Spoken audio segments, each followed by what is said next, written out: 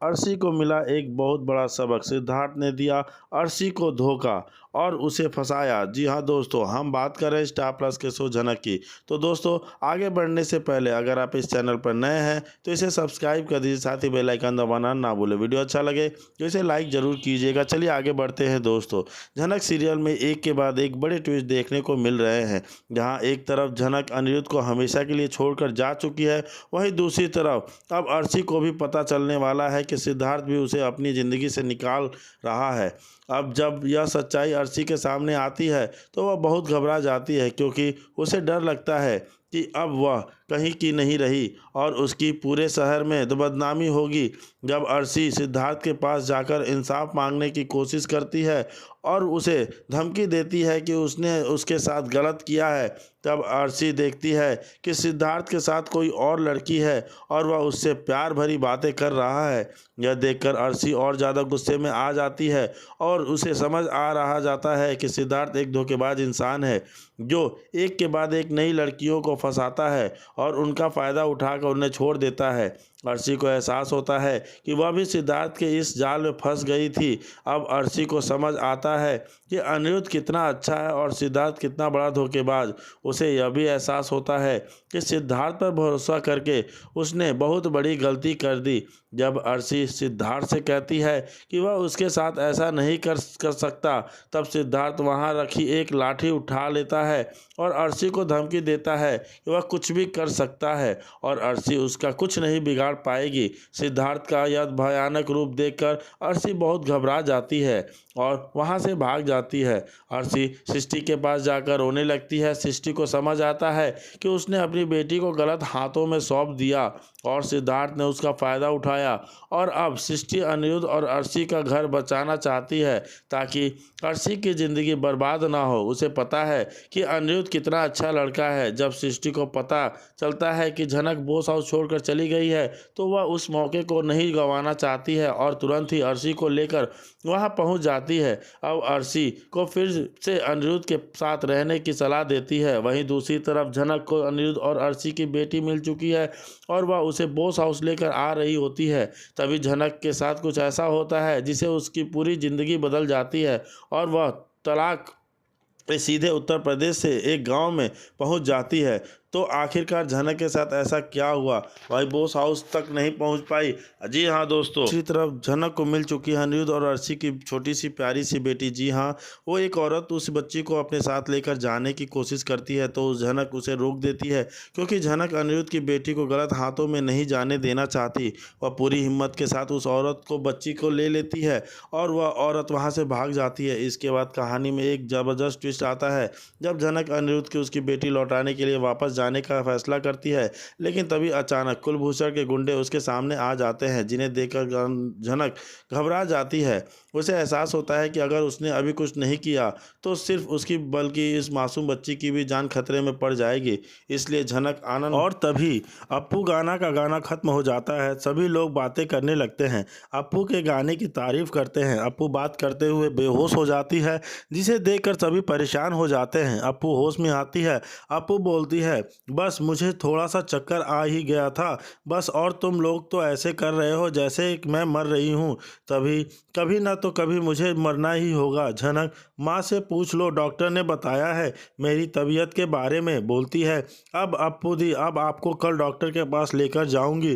काजोल बोलती है, क्या बोल रही हो अभी अप्पू, कल झनक और अनिरुद्ध की आशीर्वाद की रस्म है, कल नहीं जा पाएंगे। झनक बोलती है, मैं अप्पू दी को डॉक्टर के पास लेकर जाऊंगी, फिर हमारे आशीर्वाद की रस्म होगी। अप्पू बोलती है, ठीक है मैं जाऊंगी। जी हाँ दोस्त, और वहीं दूसरी तरफ अनुज झनक को अकेला नहीं छोड़ना चाहता था। वह जानता था कि इस मुश्किल घड़ी में उन्हें एक दूसरे के सहारे की सबसे ज़्यादा ज़रूरत है। अप्पू की बीमारी ने झनक अनिरुद्ध के रिश्ते की गहराई को और उजागर किया। जहां एक तरफ उनकी शादी की खुशियां घुघर रही पड़ी थी, वहीं दूसरी तरफ उनके बीच का प्यार और भी मजबूत हो गया था। उन्होंने एक दूसरे के दुख को अपना दुख माना, एक दूसरे की तकलीफ़ को अपनी तकलीफ़ समझा। इस मुश्किल समय में उन्हें सिखाया कि सच्चा प्यार क्या होता है। सिर्फ खुशियां में ही नहीं बल्कि मुश्किलों में भी एक दूसरे का साथ देना है। अप्पू की बीमारी के कारण झनक और अनिरुद्ध की शादी की रस्में भी धीमी पड़ गई थी। उनके मन में कहीं ना कहीं एक उदासी छाती रहती थी। हालांकि परिवार वाले उन्हें खुश रखने की कोशिश करते थे, लेकिन अप्पू की चिंता हर किसी के चेहरे पर साफ दिखाई देती थी। झनक और अनिरुद्ध दोनों ही अपनी शादी की खुशियों को पूरा तरह से महसूस नहीं कर पा रहे थे, क्योंकि उनकी प्राथमिकता अप्पू की सेहत थी। डॉक्टरों की कोशिशों जारी थी, लेकिन अप्पू की बीमारी का रहस्य गुजरता जा रहा था। नई जांच के बाद झनक और अनिरुद्ध की भी उम्मीदें और डर दोनों की बढ़ते जा रही थी। हर पल अप्पू के ठीक होने की प्रार्थना करते थे और किसी चमत्कार की उम्मीद लगाए बैठे रहते थे। इस मुश्किल समय में अनिरुद्ध ने झनक को कभी अकेला महसूस नहीं होने दिया। वह जानता था कि झनक के लिए अप्पू सिर्फ एक दीदी नहीं बल्कि उसकी माँ और सबसे अच्छी दोस्त भी है।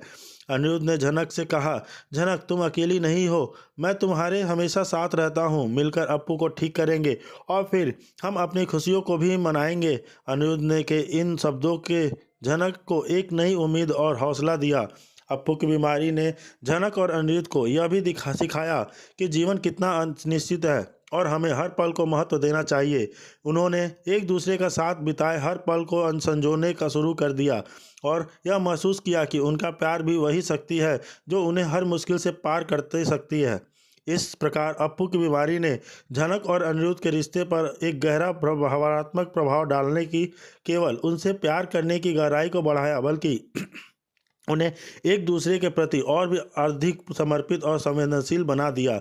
यह मुश्किल समय उनके रिश्ते की नींव को और मजबूत कर गया, यह साबित करते हुए कि सच्चा प्यार हर मुश्किल का सामना कर सकता है। अनिरुद्ध और झनक के घर में नई उम्मीदों का संचार हो रहा था। अनिरुद्ध और झनक दो आत्माएं जो प्यार के धागे में बंधे रहना चाहते थे। अपने भविष्य की चिंताएं से वो ग्रसित थे। आंखों में एक साथ जीवन बिताने का चमक थी, ऐसा जीवन जो खुशियों और समझदारी से भरपूर हो। कभी लाल की कड़वी बाढ़ ने इस खुशनुमा माहौल को जहर घोल दिया। उनकी अनिरुद्ध से झनक के साथ अनिरुद्ध के रिश्ते पर आपत्ति के शुभों ने मन में एक डर पैदा कर दिया। तभी बिपाशा, जो पहले से ही भावनात्मक उलझन में थी, छोड़कर ना चला जाए। लाल ने अपनी पत्नी बिपाशा के सारे संबंध तोड़ने का ऐलान कर दिया, जिससे बिपाशा का दिल टूट गया और वह गहरे दुख में डूब गई, जिसे गहरा पछतावा हो रहा था। महसूस करते हुए लाल अपनी माँ के पास गया। उनकी आंखों में आंसू थे। जब उनसे अपने पूरे बर्ताव के लिए माफ़ी मांगी, उसने अपनी माँ को समझने के इनकार किया और अपने कठोर व्यवहार के लिए उनसे पश्चाताप के लिए माफ़ी मांगी। विनायक सृष्टि से अपनी निराशा व्यक्त कर रहा था। उसे लग रहा था कि उन्होंने झनक को अपने साथ रहने दिया होता तो अर्शी के साथ जो कुछ भी हुआ वो नहीं हो रहा था। शायद ये से टाला जा सकता था। उसके स्वर में गहरी वेदना और आत्मनिंदा थी, जो कमज़ोर आवाज़ में थोड़ी कमज़ोर महसूस कर रही थी। झनक अपनी चिंता छिपा पा रही थी।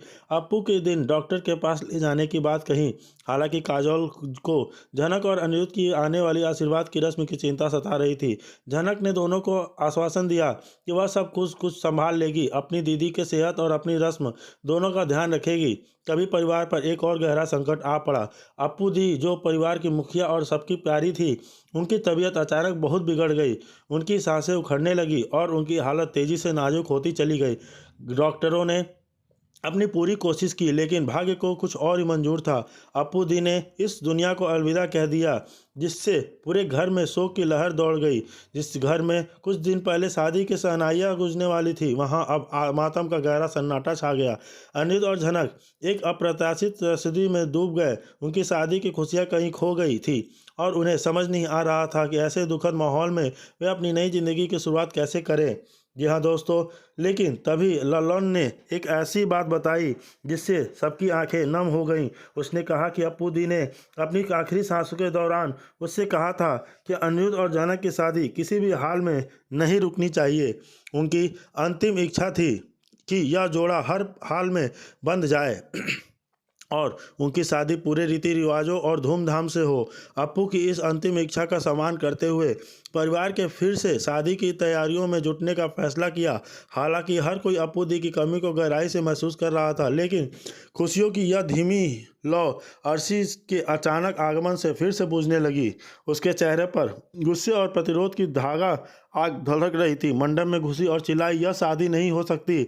उसकी आवाज़ पूरे घर में गूंज गई उठी, जिससे सभी चौंक गए। अनिरुद्ध और झनक तो उसे देखकर सन्न रह गए। अर्शी सीधे अनिरुद्ध के पास गई और उसे तलाक ना देने की धमकी दी।